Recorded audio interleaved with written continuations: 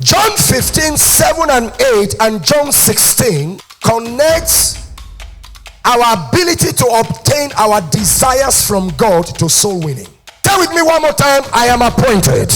When you wake up in the morning, you are going to work, you say, aren't you tired? I say, what will I do now if I don't report in the office? Because you have an appointment. Necessity is laid upon you that no matter how tired you are tonight, tomorrow morning you're on your way to the office. Preaching the gospel, soul winning, is a matter of responding to a divine appointment. Look at it as the work of a department. Soul winning is not a departmental assignment. It's a believer's responsibility. Have you ever imagined that when Jesus or when God wanted to save the greatest missionary in the entirety of the scripture, he looked for an ordinary disciple as a person to use?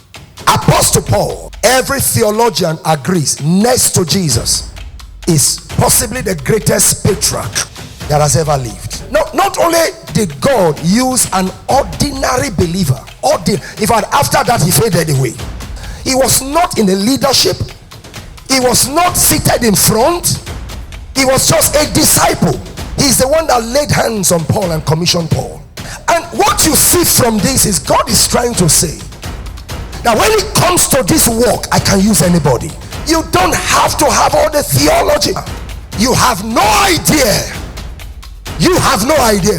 That person that doesn't look like it, that you lead to Christ, it may just be the next Apostle Paul. When the Lord appeared to Ananias and said, go and preach the gospel to Duama, Ananias said, God, it's like you are not reading the news, so you don't know what is happening. Do you know this man? God said, I know him, that's why I want him. Now I need you to go. The problem with some of us is that we have known God too much that God is now our classmate. We reason with God. We won't even go. We have this mindset that heaven knows I've been doing enough for these years. When he appeared in chapter 10 to Peter and said to Peter, take my gospel to the Gentiles, starting from Cornelius.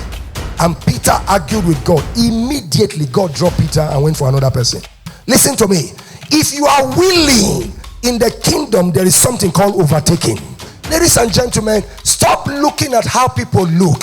If the Holy Ghost said minister salvation, just drop the word. Doing good, giving alms, being religious is not the same thing as being born again. Not to be a soul winner is to be eternally irrelevant. May God interrupt our movement to cause salvation for people. That's your amen is not good enough this morning. Word Assembly, raising leaders.